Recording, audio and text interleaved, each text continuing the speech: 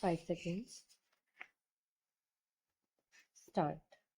A conjoint reading of the aforesaid provisions definitely indicates that in case any vehicle is to be plied on a public place or any other place to make the insurer liable to pay the compensation under the policy of insurance, statutory requirements have to be necessarily fulfilled, and these requirements are more strict in the case of a transport vehicle.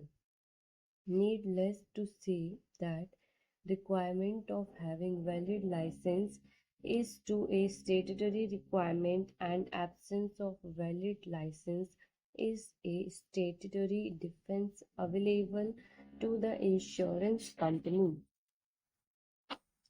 It need not be highlighted that the liability of the insurance company is contractual in nature.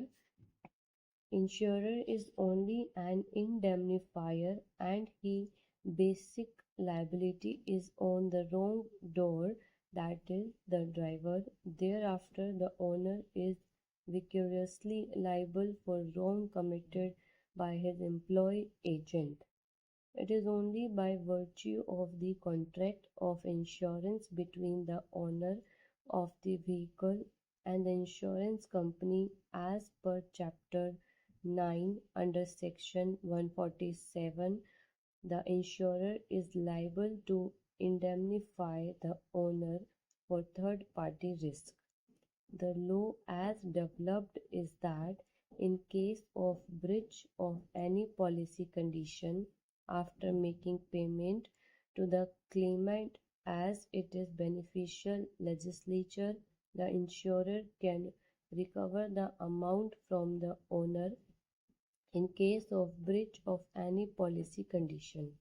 Under the policy, as per the statutory requirements, a vehicle owner is under statutory obligation to have itself vehicle registered. In a case of transport vehicle, necessity is to have a certificate of fitness under Section 56, without which the vehicle shall not be deemed to be validly registered for the purpose of Section 139, and there is a statutory obligation to have permit in a case of transport vehicle to use the vehicle in public place, whether or not such vehicle is carrying any passenger or goods for the purpose of paying in a place. In case all of any of these statutory requirement noted above is lacking, the insurer can avoid its liability. Apart from the statutory obligation in the terms of contract of insurance, it is clearly provided that vehicle will be driven by a duly licensed driver, or otherwise the insurance will not be liable to indemnify the owner.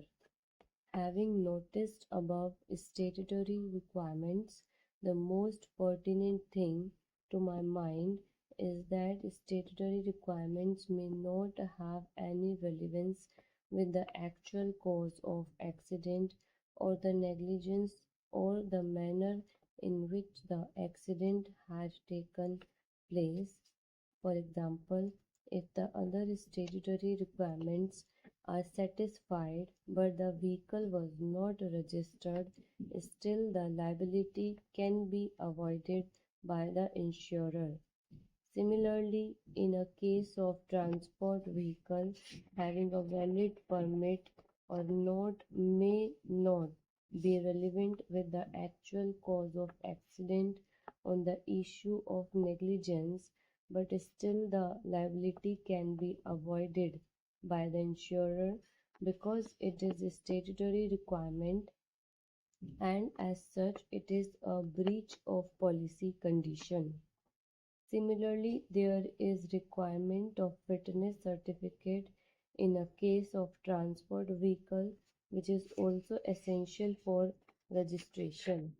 The learned single judge has also indicated that the subdivisional magistrate, being an authority to correct the records, was within his justification to do so.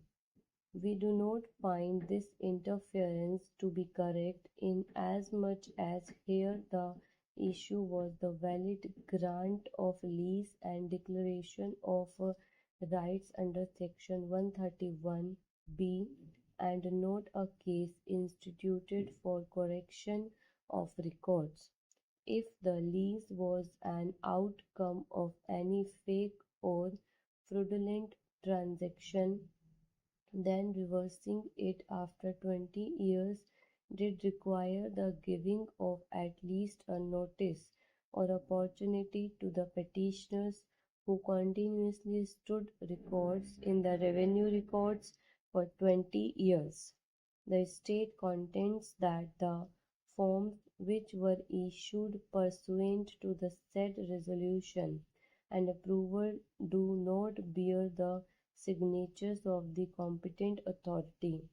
The order of the subdivisional magistrate narrates the existence of three resolutions of the Gaon Sabha dated 18/5/1984, 16/6/1984, 16/7/1984. It is on the strength of these three resolutions that the subdivisional magistrate has drawn an inference about the genuineness and validity of the proceedings of allotment. These three resolutions are stated to be existing in the report dated 11/5/2006, which in turn refers to 139 names that were recorded in the resolution dated 18/5/1984.